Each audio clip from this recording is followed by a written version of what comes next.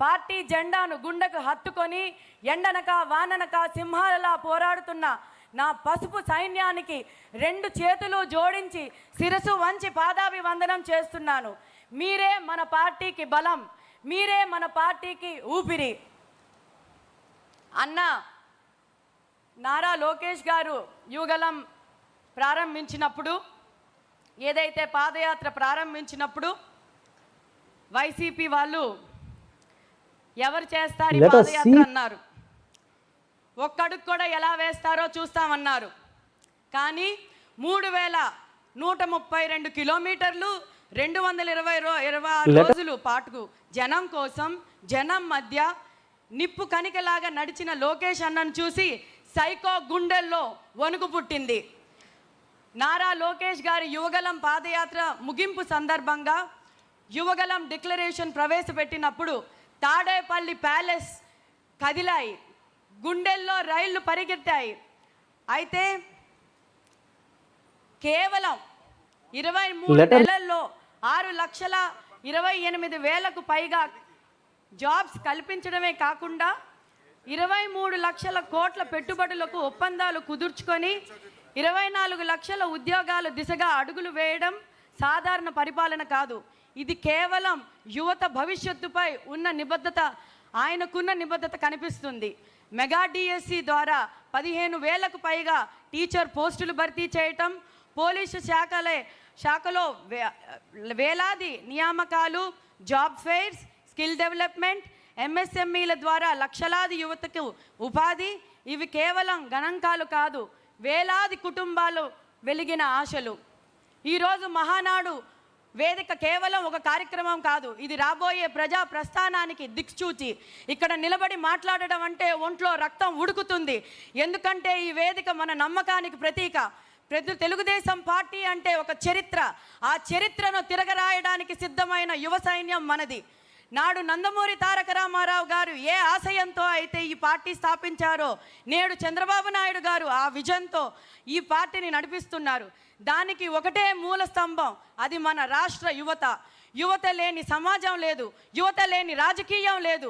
ఈ మహానాడు వేదిక సాక్షిగా నేను గర్వంగా చెప్తున్నాను, యువతకు అండగా నిలబడే ఏకైక జెండా మన పసుపు జెండా. కొందరు రాజకీయ వ్యాపారం చేస్తారు, కొందరు రాజకీయాలతో కక్ష సాధింపు సాధిస్తారు. యువత భవిష్యత్తును మార్చే ఆయుధంగా చేసే ఏకైక నాయకులు మన సిబిఎన్.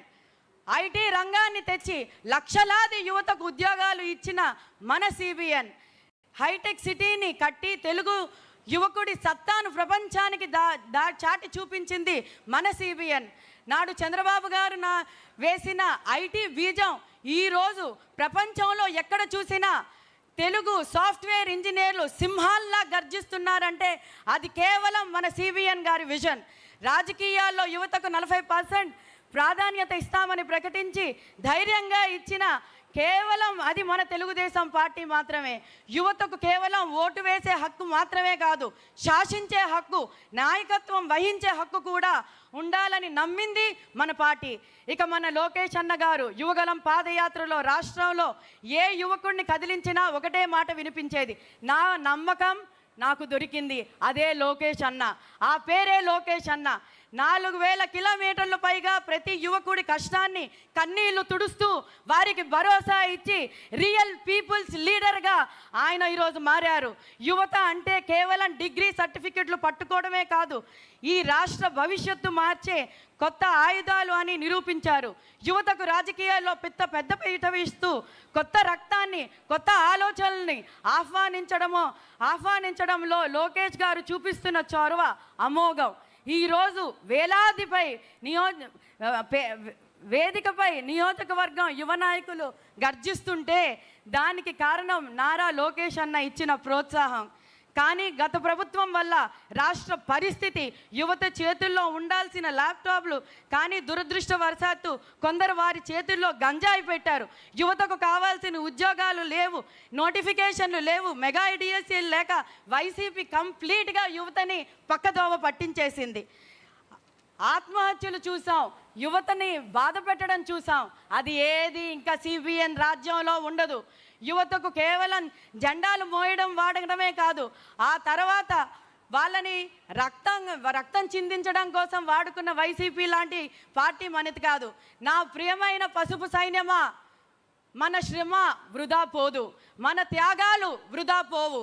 సిబిఎన్ గారి అనుభవం, నారా లోకేష్ గారి ఆధునిక ఆలోచనలు, యువత అయిన మన ఉత్సాహం, ఈ మూడు కలిస్తే నవ్యాంధ్రప్రదేశ్ మళ్ళీ ఘన విజయంగా ఏదైతే మనం ముందు సృష్టించుకున్నామో సన్ రైజ్ స్టేట్గా మళ్ళీ మనం అది నిర్మించుకుంటాం. ఎవరో వస్తారు, ఏదో చేస్తారు అని ఎదురు చూడకుండా మనమే నాయకులు అవుదాం. చంద్రబాబు నాయకత్వంలోని బలపరుస్తూ, లోకేష్ అన్న గారి అడుగుల్లో నడుస్తూ ఈ రాష్ట్రాన్ని ప్రగతి పదంలో నడిపిద్దాం. మహానాడు సాక్షిగా మనం ఒక ప్రతిజ్ఞ చేద్దాం. యువ శక్తి దేశానికి శ్రీరామ రక్ష. మన పసుపు జెండా ఏపీకి ఏకైక దిక్కు. జై తెలుగుదేశం. ధన్యవాదాలు గ్రీష్మ గారు.